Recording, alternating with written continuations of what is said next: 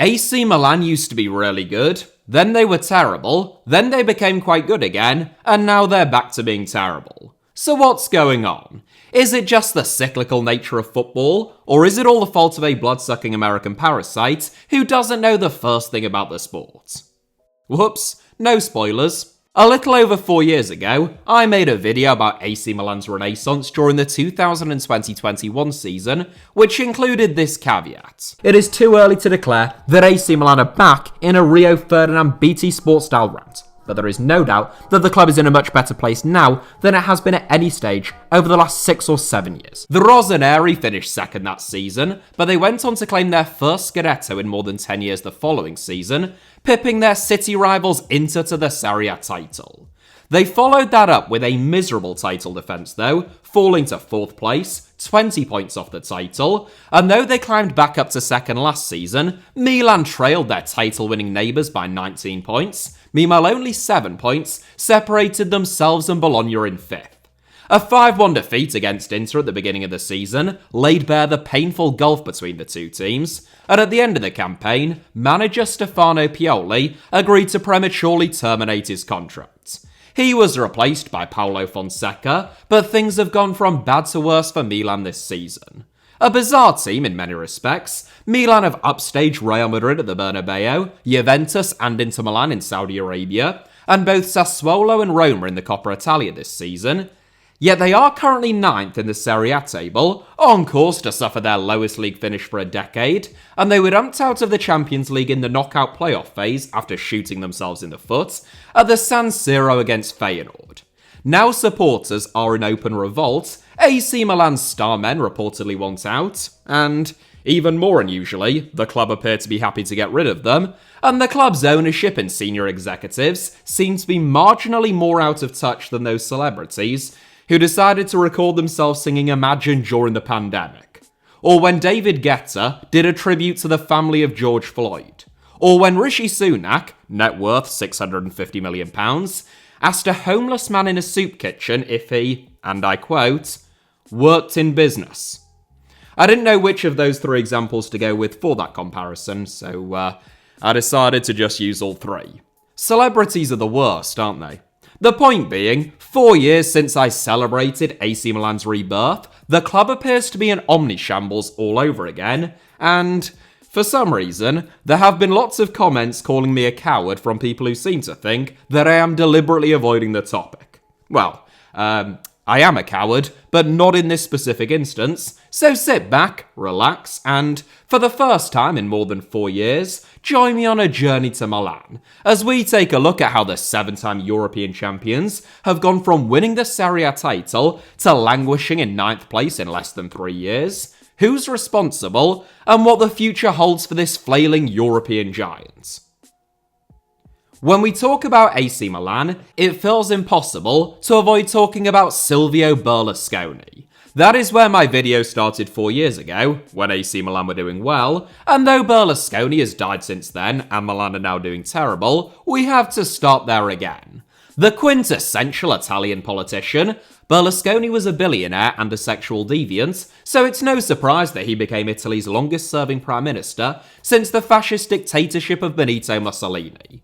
Almost a decade before Berlusconi formally entered politics, though, he acquired AC Milan. This was during the padrone, or boss era of Italian football ownership, in which the nation's biggest clubs were bankrolled by some of the nation's most successful businessmen, wealthiest families, and most inflated egos. There was the Maratti family, billionaire heirs of the Saras Group, at Inter Milan from 1955 until 2016, the Agnelli family, the billionaire heirs of Fiat, now Stellantis, who have owned a controlling stake in Juventus since 1923, and of course, Berlusconi at AC Milan. The 3 were in constant competition, both on and off the pitch. When Juve signed Baggio, Milan signed Van Basten. When Milan signed Weah, Inter signed Ronaldo. When Inter signed Crespo, Juve signed Ibrahimovic.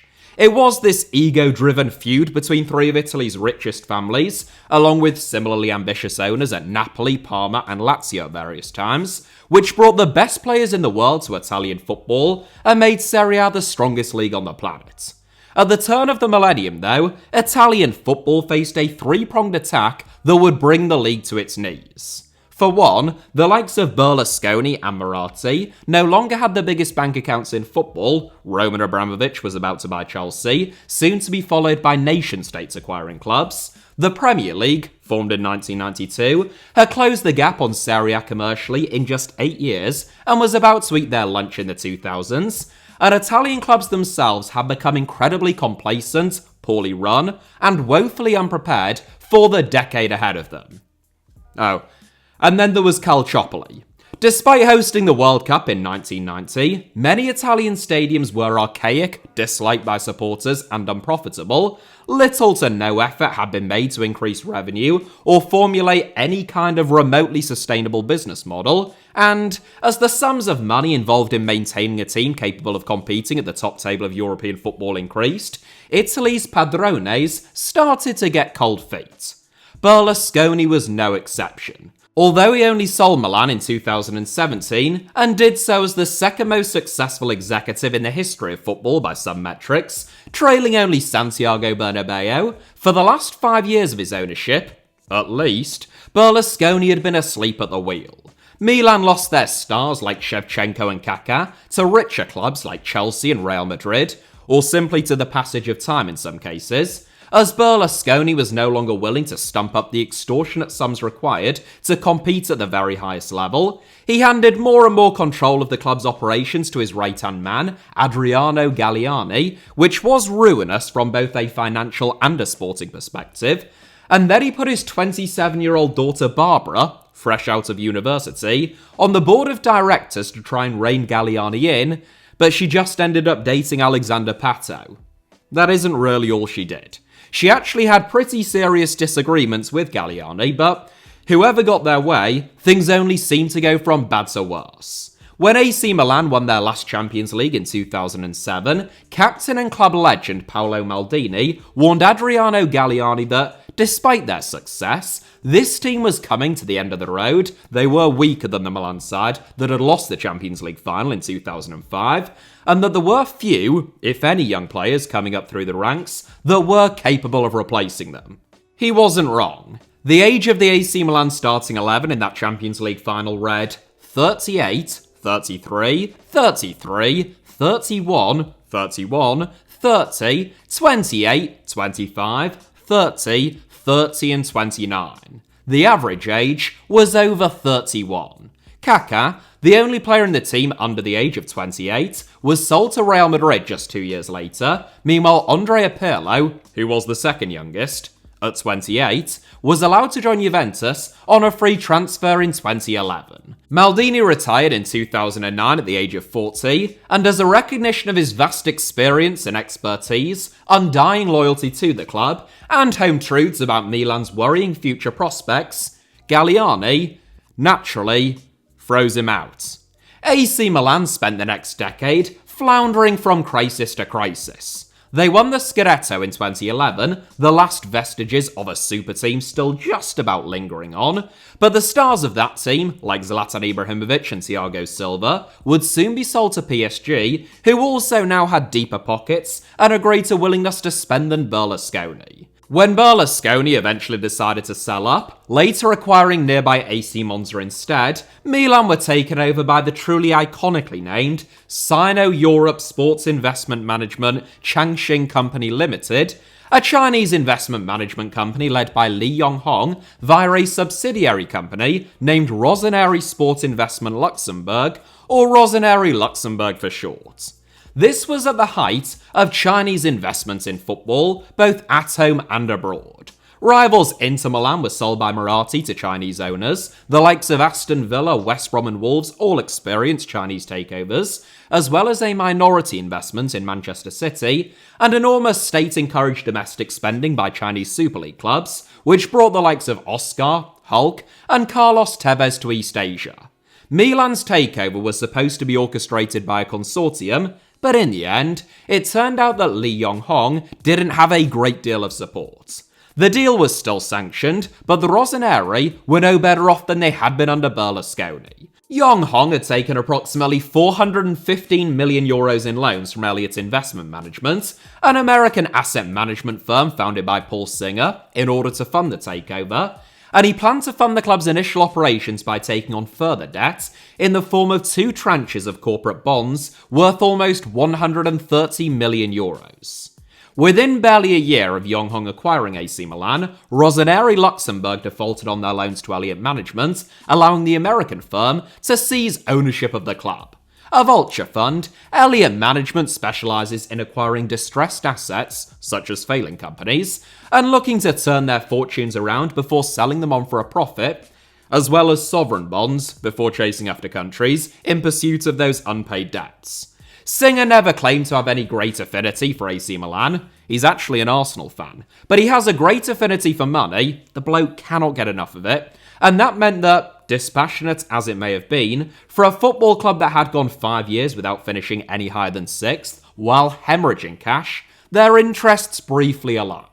Singer overhauled Milan's executive team, bringing on board the likes of Ivan Gazidis, Frederick Massara, Hendrik Almstad, Jeffrey Moncada, and club legend Paolo Maldini. He slashed costs, and Milan's new management formulated a coherent project.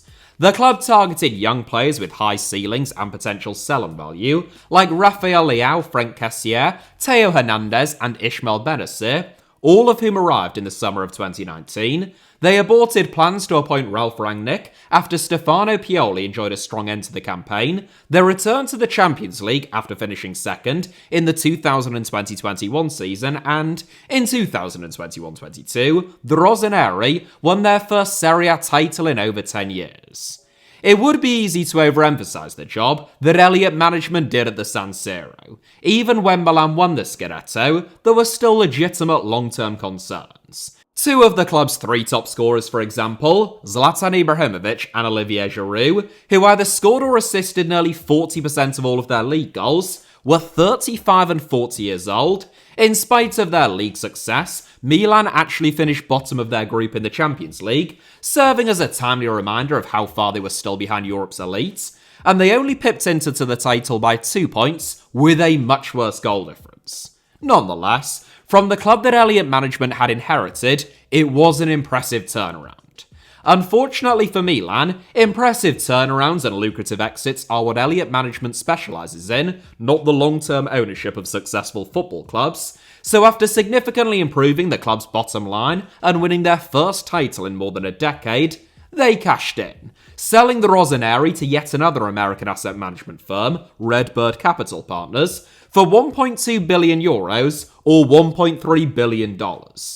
It is a scathing comment on the job that Redbird have done since then that they have made AC Milan fans yearn for the halcyon days in which they were owned by a more competent vulture capital asset management firm. The Elliott Management era ought not be romanticised. It was a short-term project with a short-term aim, maximising shareholder returns, but everything that was good about it, from the big to the small, has been systematically dismantled since Redbird acquired the club. You can trace the start of Milan's demise back to Ivan Gazidis departing as CEO in December 2022, shortly after recovering from throat cancer. He is now employed by Kilmer Sports Ventures as the president of relegation-threatened Ligue 1 side Saint Etienne.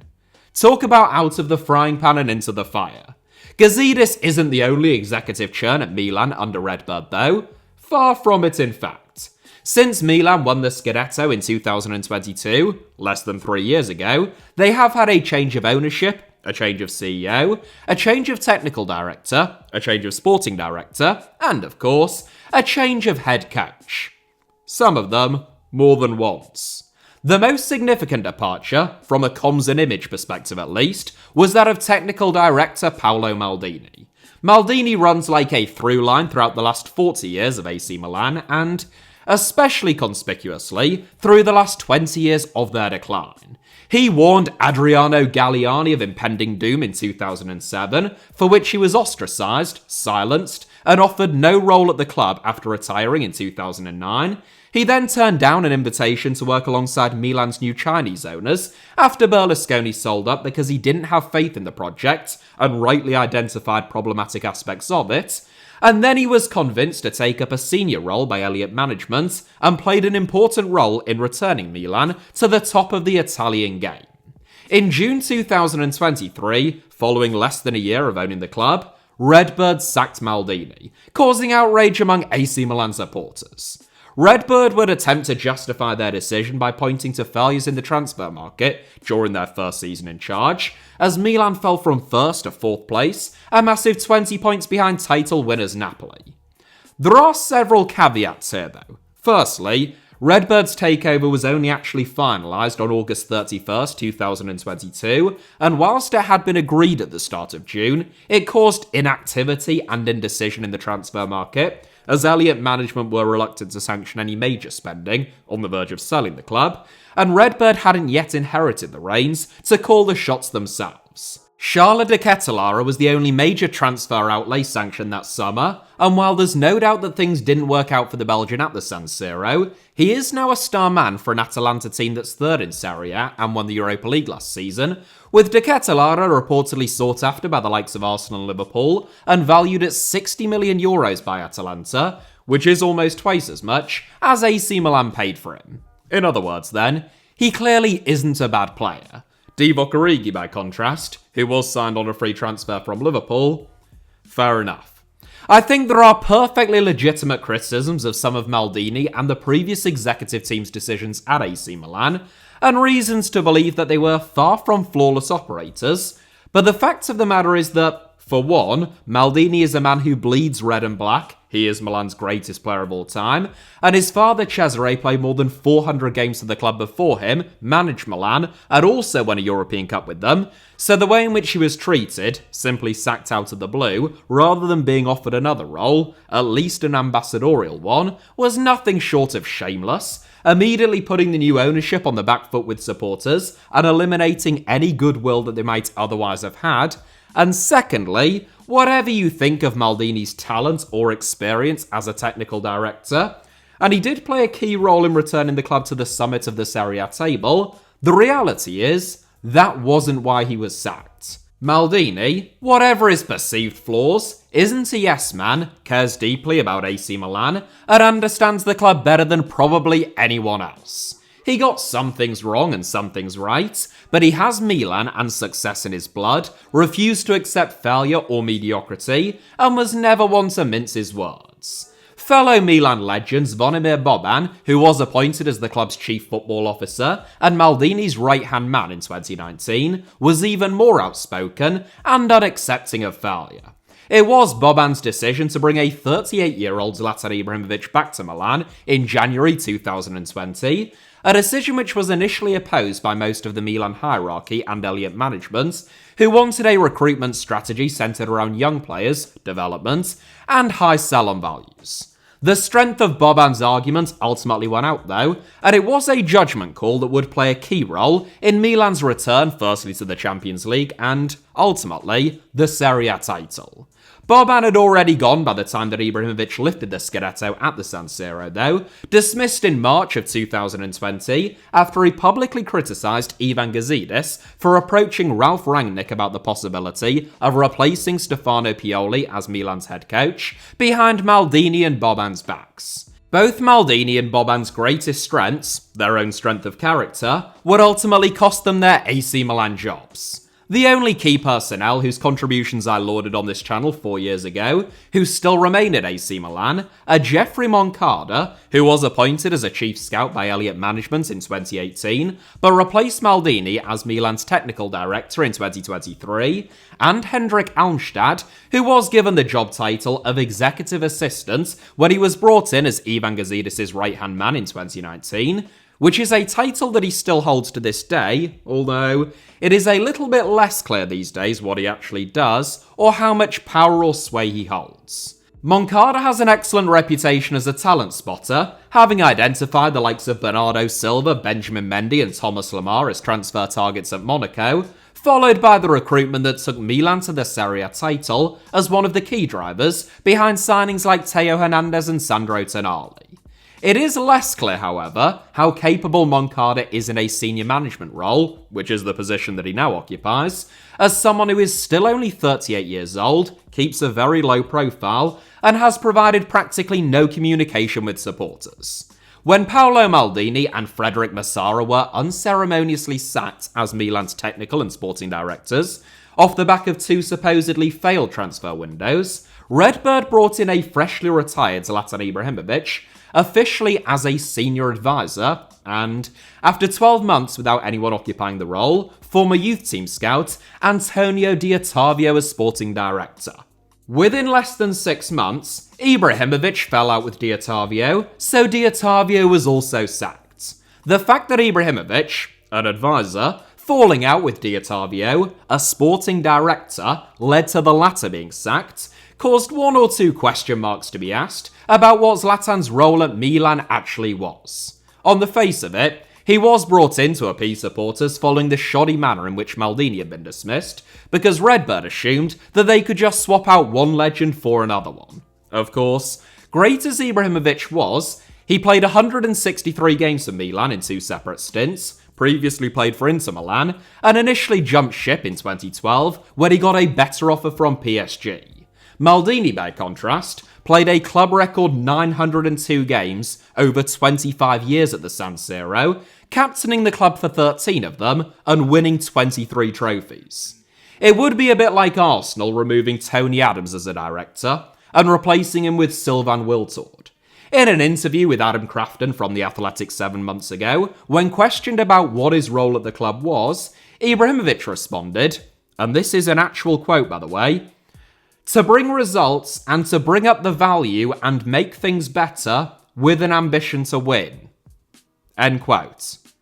I know that English isn't Zlatan's first language, but it's hardly the most illuminating response, is it? To make things better isn't so much a job description as a vague ambition. It would be a surprising revelation if Redbird had appointed Zlatan with the aim of making everything worse, although, incidentally, that has so far been the actual outcome. When quizzed about his role again in a more public setting, in a television studio live on Sky Italia, Zlatan was a little more aggressive, but equally evasive. Zvonimir Boban, the man who brought Zlatan back to Milan, had commented in an interview with Gazzetta dello Sport a week earlier, quote, "That said, to judge him, I don't get what he does and what his responsibilities are. I hope he understands them because, in the end, he'll be the one who gets judged, not Moncada." End quote.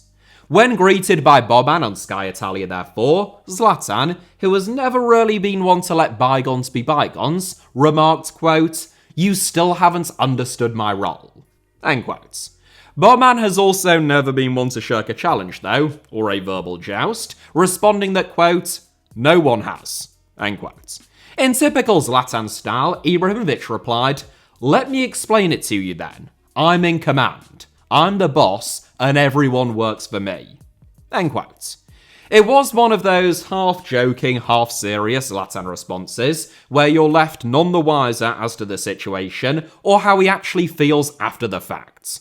One thing is for sure though, whilst Maldini acted as an effective bridge or conduit between Elliott management and the AC Milan supporters, because they trusted him to properly express their views, feelings and ambitions, and Elliott management respected him enough to listen, there is next to no trust in Ibrahimovic to properly represent anyone's interests other than his own. Consequently, as results have faltered, sentiment towards Redbird has rapidly deteriorated, with almost no one at the club in a position of authority, either commanding the respect of AC Milan fans or able to articulate the owner's ideas and ambitions. Notably, when Ibrahimovic discussed his role at Milan with The Athletic, he made a point of clarifying that he worked for Redbird at AC Milan rather than for AC Milan, adding fuel to the fire of some supporters' suspicions that Ibrahimovic is little more than a yes man, a poor imitation of Maldini, and someone who is, reportedly, paid handsomely to put a once friendly face to an asset management firm headquartered in New York City. Redbird Capital Partners, who served as the producers of Amazon's Reacher series and Paramount's Top Gun Maverick, were founded and continue to be run by Jerry Cardinale. Cardinale, who is a former member of ISIS, has made himself about as popular in Milan as Attila the Hun during 452 AD. I should probably just clarify, Cardinale was a member of ISIS, Oxford University's reserve rowing crew during his time as a student, and not ISIS, the transnational Salafi jihadist group renowned for their mass killings, beheadings, and terrorist attacks. The two are, at least as far as I'm aware, entirely unrelated. Redbird Capital Partners operate a multi-club ownership model.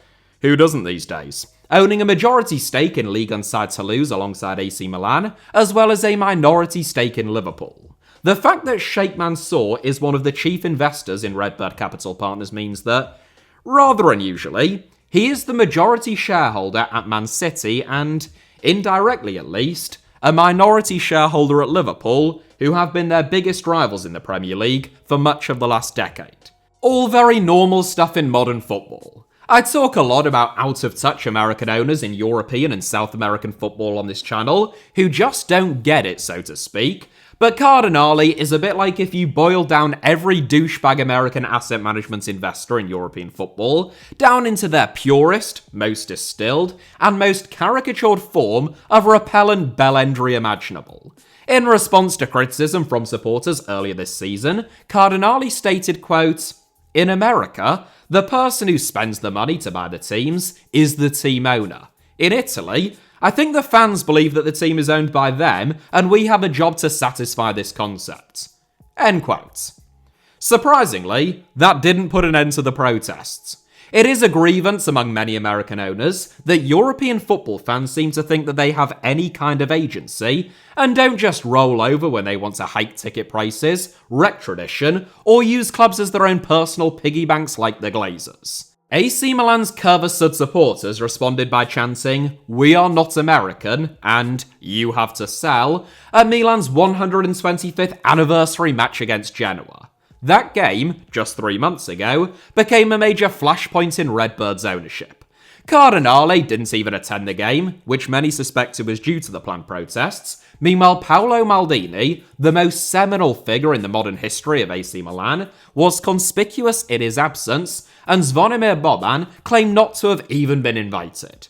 A banner unveiled by AC Milan supporters in the direction of both the players and an empty director's box read, quote, "Players without hunger or dignity, you perfectly represent these owners. Incompetent directors, club without ambition. You are not worthy of our history."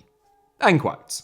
Cardinale, who stated in September that, quote, "My message to the fans doesn't seem to be working, so I would say the message to the fans is that I won't be giving you any messages until we win," end quote, has become much more withdrawn. The reality is that, much as the fish rots from the head down, and Cardinale and Redbird are ultimately responsible for the club's failures, Jerry Cardinale runs a private equity firm out of New York.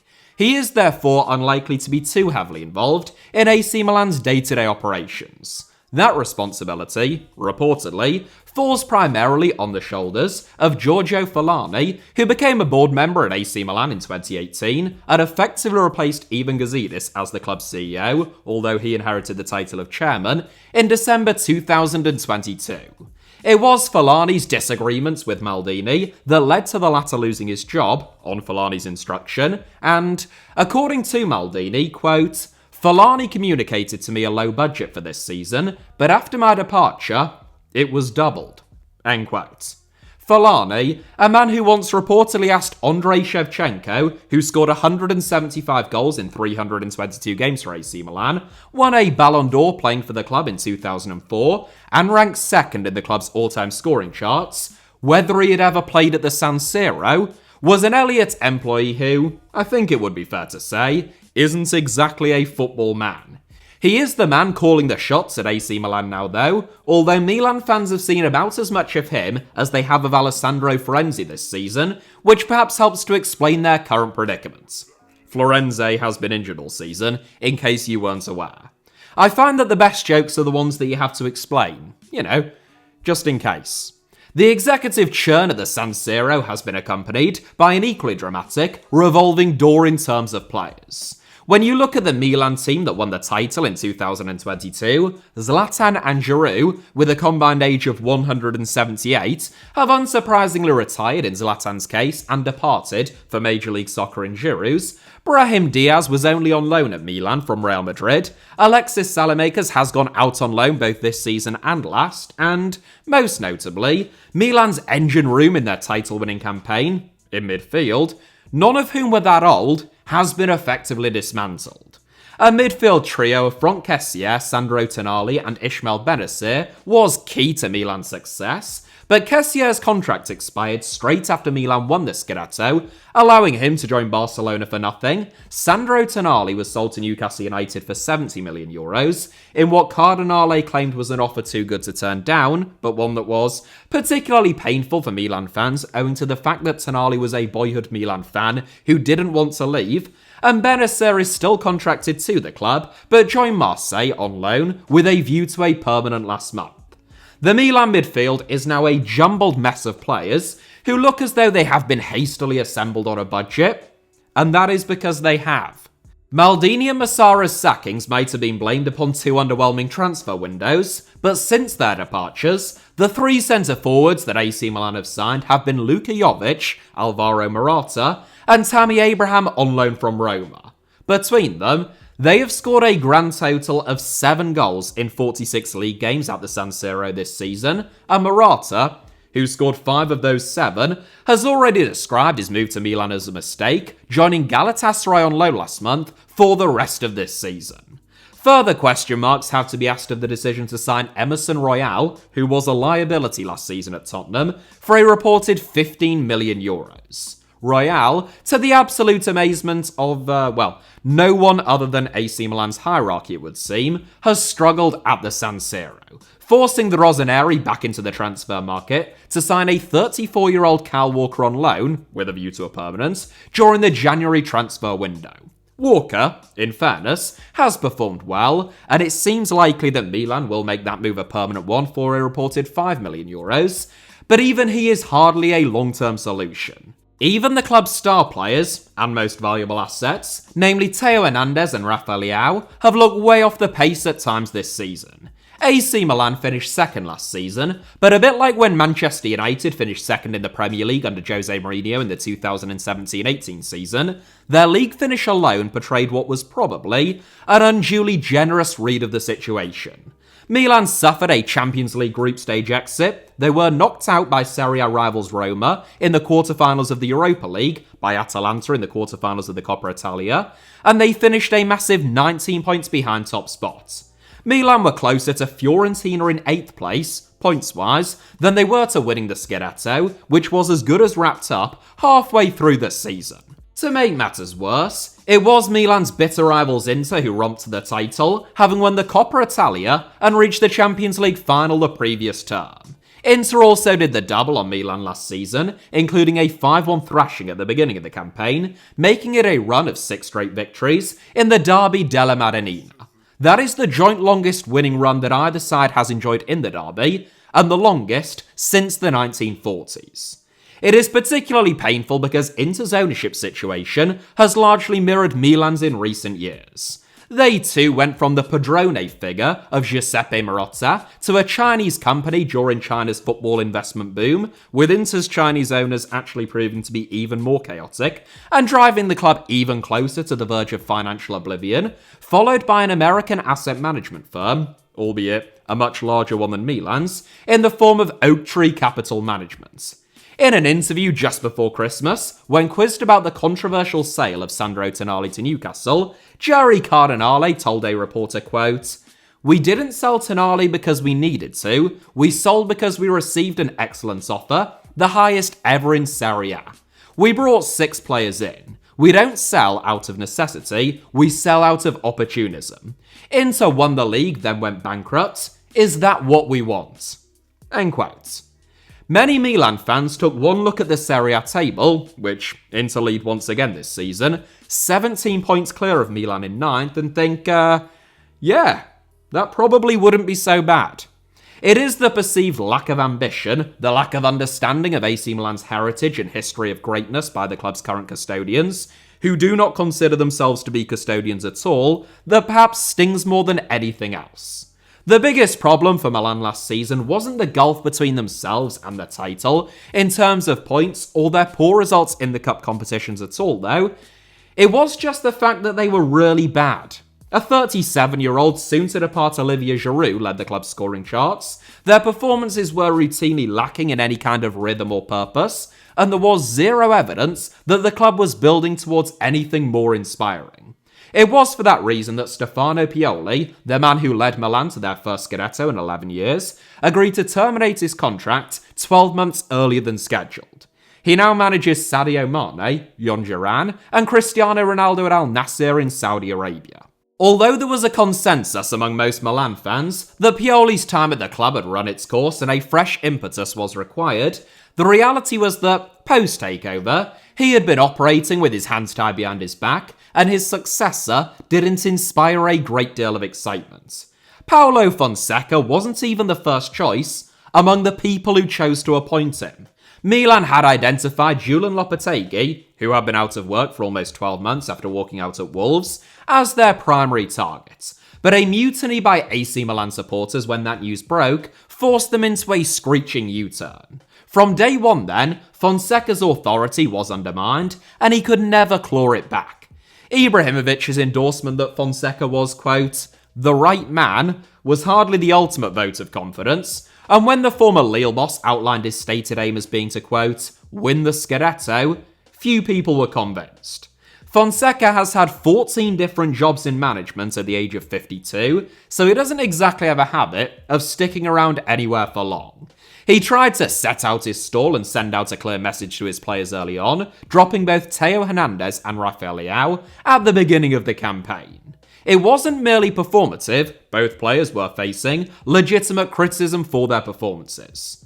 Whilst it seems likely that Hernandez and Leao, who have been linked with the likes of Man City, Real Madrid, Chelsea and Barcelona, came into this season feeling frustrated at Milan's lack of ambition and the calibre of their recruitment having fallen so far short last season, many Milan fans, even those who never wanted or really accepted Fonseca, sympathised with his position, frustrated at Hernandez and Leao's perceived lack of effort and commitment to the club.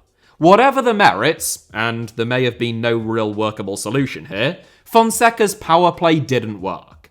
Almost immediately after being introduced from the bench in the game that Fonseca dropped the duo win, against Lazio, Hernandez and Leao combined with Tammy Abraham to score the equalising goal in a 2-2 draw.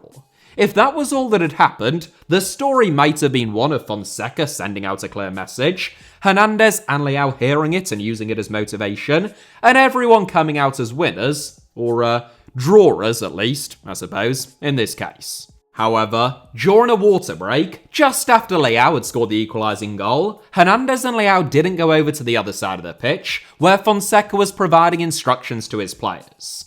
This game was broadcast live, and the still image, shown here, of Leao and Hernandez being so distant and removed from their teammates went viral, leading to significant backlash. AC Milan attempted to downplay the story, describing it as a non-event. Meanwhile, Hernandez responded to criticism by stating, quote, "We had been on the pitch for 2 minutes. We didn't need the cooling break." End quote. Whatever the reality of the situation, the image was a powerful one, and it would soon come to define Fonseca's time at the San Siro. This, it is worth noting, was only his 3rd game in charge, and the narrative that he had lost the dressing room, with some justification, had already taken hold. It wasn't until the cusp of New Year, and a 1-1 draw at home against Roma, that Fonseca was actually sacked, in typically shameful Redbird, Cardinale, and Fulani style. Fonseca was just about the last person to find out that he had lost his own job, giving a post-match press conference to a room full of very awkward journalists who already knew that he had been sacked, in which he stated that he was still expecting to travel with the team to Dubai mid-season later that week. By the time that Fonseca was leaving the stadium in his car, he had finally discovered that he had lost his job, telling reporters with his windows rolled down, Harry Redknapp style, quote, "Yes, it's true. I've exited Milan. That's life. That's what all the people say." Life goes like this. My conscience is calm because I did everything I could. End quotes. He was replaced by Sergio Conceição, a former Inter Milan player, who did an excellent job at Porto.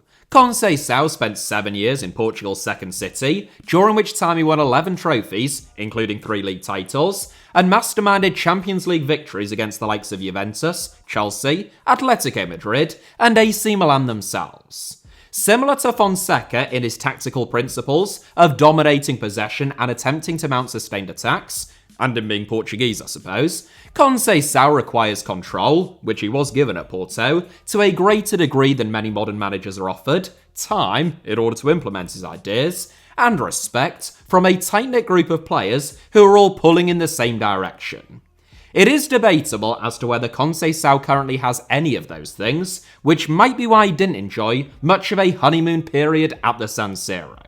Victories against Juventus and Inter Milan in the Supercoppa Italiana in Saudi Arabia felt like a turning point, as Conceição was captured smoking a fat cigar and looking like some kind of mob boss. It portrayed an image, contrasted with that of Fonseca looking isolated from Milan's supposed 2-star players, of a man in control, with a winning mentality, carrying with him his success and aura from Porto.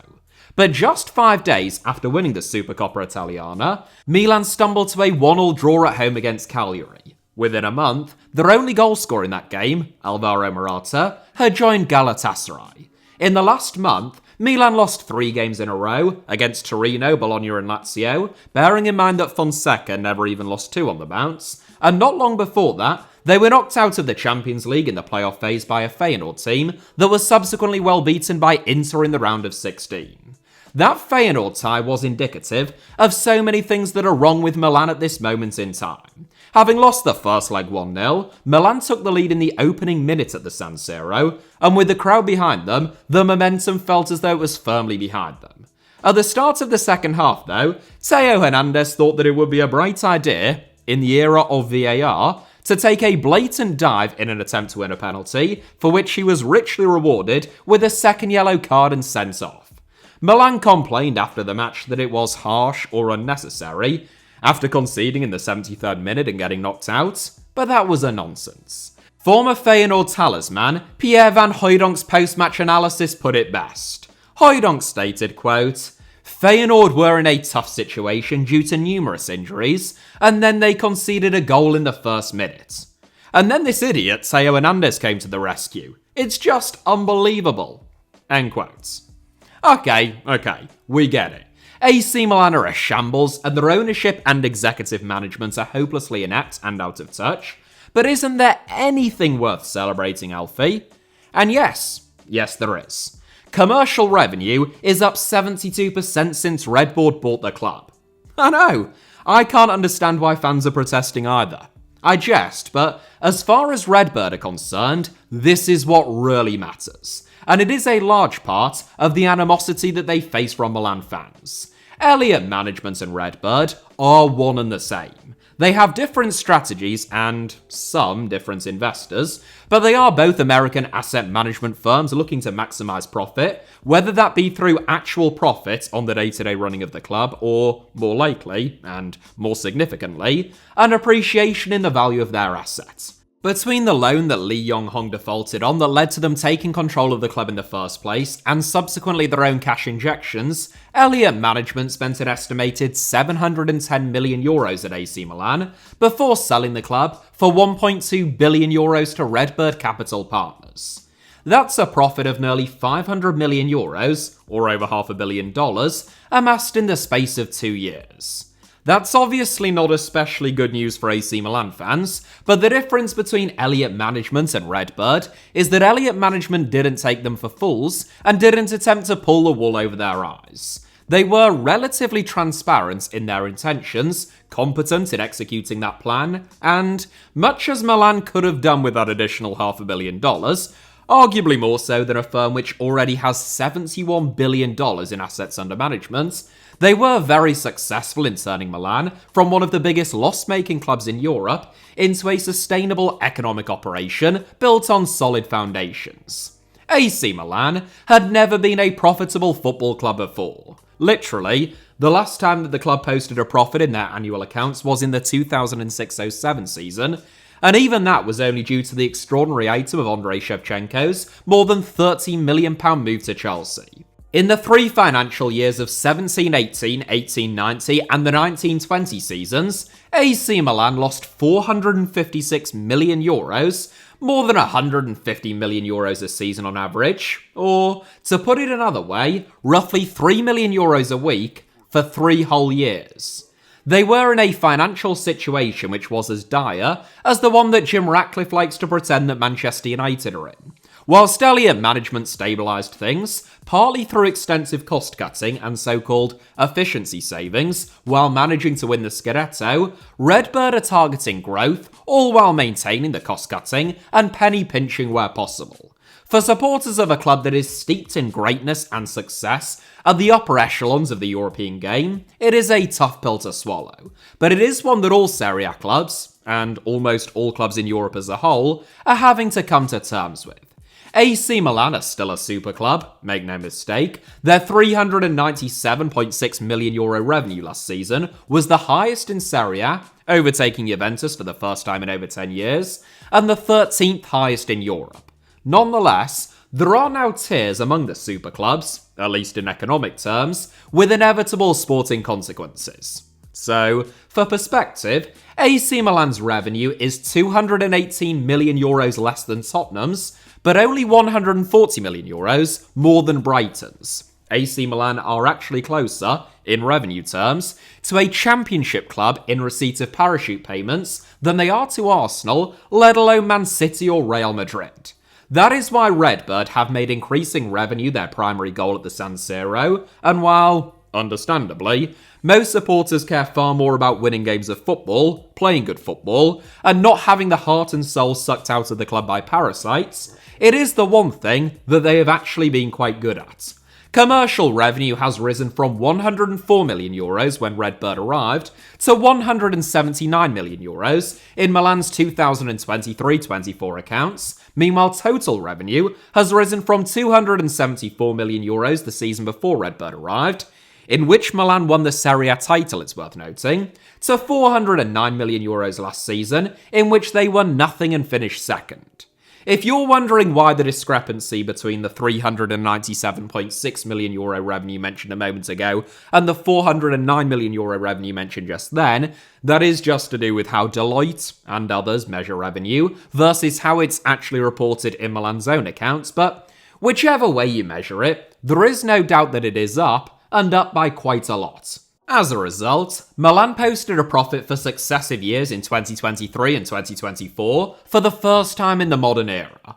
Milan have the lowest wage bill among Italy's big 3, sandwiched between Newcastle United and West Ham United in a European context, with one of Europe's lowest wage-to-turnover percentages at just 46%. Meanwhile, their net spend of €339 million over the last 5 years is less than Newcastle, Villa and West Ham's, and since Redbird arrived, €179 million in 2.5 years, it is less than Bournemouth's and not that much more than Ipswich Town's.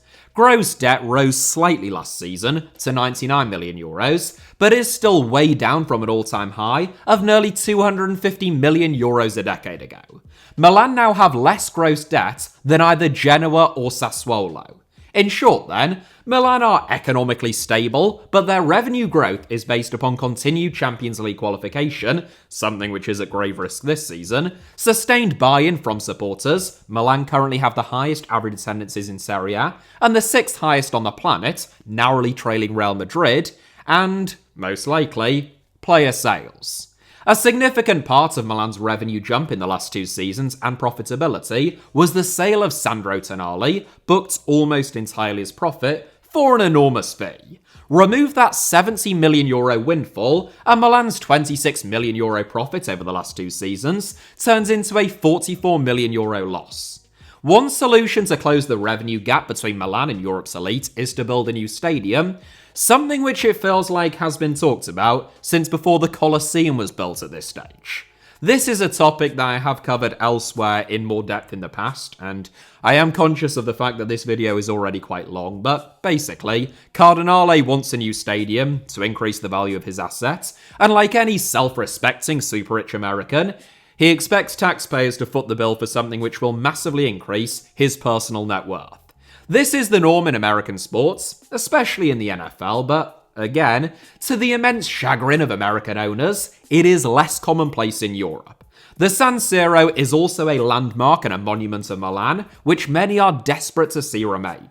As a result, Inter and AC Milan's never-ending attempts to move elsewhere have been fraught with difficulties, and it is next to impossible to determine what will happen on the stadium front, let alone attempt to put any kind of time frame on it. Euro 2032, which Italy will co-host with Turkey, would seem to be the soonest realistic target for any new mega stadium to be built in Milan. While Redbird want to focus on long-term revenue growth, whether that be through lucrative commercial partnerships, a stadium move, or the Milan Futuro under-23 team, which launched and joined the Italian league system this season, with the aim of providing a pipeline of players for the first team, and that can be sold on for a profit, the fact that the first team seem to stumble from one crisis to the next is forcing them into more short-term and costly firefighting missions. Sacking Paulo Fonseca, for instance, is a cost that Milan could have done without. Meanwhile, 32-year-old Alvaro Morata, brought in to fill the void vacated by a 38-year-old Olivier Giroud, has already proven to be an expensive mistake. It is for that reason that Sergio Conceição reportedly has a clause in his contract, which would allow AC Milan to relieve him of his duties at the end of this season, without having to pay him any compensation. Throughout Elliott management's time at the San Siro, Ivan Gazidis talked about Liverpool being the blueprint for what he wanted the club to achieve. In one sense, that was true. Elliott management, albeit on a much shorter time frame, made a significant profit out of their investment in AC Milan, just as Fenway Sports Group and John W. Henry will do when it comes to selling the club. Cardinale, likewise, and it is unclear whether he knew that Gazidis had repeatedly said the same thing, echoed the same sentiments earlier this month, stating, quote, "There is a great example of how there has been an evolution in this sense too, and that is Liverpool." Adding, quote, "People should take a note of the transition that they have gone through so as not to miss a single step of how they started with Klopp and now they have arrived at Slot and made things work the way they did. They have managed to find a compromise between the sports side, the business side, and the ownership side. And that is exactly what you should look at and try to replicate elsewhere." End quote. For all of the talk, however, the English parallel with AC Milan isn't so much Liverpool as it is Manchester United. A behemoth still playing in front of sellout crowds in an iconic but dilapidated massive stadium, perpetually preoccupied with penny pinching and economic concerns, above and beyond sporting ones, run by parasitic billionaires who want state subsidies, despite not even being domiciled or paying personal taxes in the countries where their clubs are based, senior executive teams who know next to nothing about football and silence any dissenting voices, and languishing down in the wrong part of the table as a result. The only difference is that Manchester United are still part of the uber elite in terms of revenue, primarily by virtue of the fact that they compete in the Premier League, which is the biggest and richest league in the world, rather than in Serie A, which has the second lowest broadcast revenue out of the so-called Big Five leagues, only ahead of Ligue 1. To be honest, I have barely scratched the surface in this video. There is loads more that I could have mentioned. My research for this video took me probably 30 to 40 hours, and I have got 5 pages of bullet points in my notes, only about half of which I've actually addressed. But this video is very long. Hopefully I have addressed the most important points, and I have now got to go to the Netherlands to record a video in Eindhoven for my second channel about a football club that hates me. Yes, that was your cue to go and subscribe. The channel is called Alfie Potsama. Don't ask where I got that name from. There are already 4 videos on there, and this one will be the 5th. You don't want to be the last person to watch it out of 8.062 billion on Earth. That would be humiliating. Your family and friends would probably never let you live it down, and you would run the risk of dying alone following a life of chronic misery as a result. How's that for a sales pitch? It's no wonder that I got kicked off The Apprentice. Thank you all as ever anyway for watching. Hit the like button if you enjoyed today's video. Probably didn't if you're an AC Milan fan. Apologies for switching between Milan and Milan with really no justification. Just flip-flopping to keep you on your toes. Feel free to let me know your thoughts down below in the comments. And of course, goes without saying, although I have already said it, make sure that you are subscribed not just to this channel, HITC Sevens, but also my second channel, Alfie-Potsama.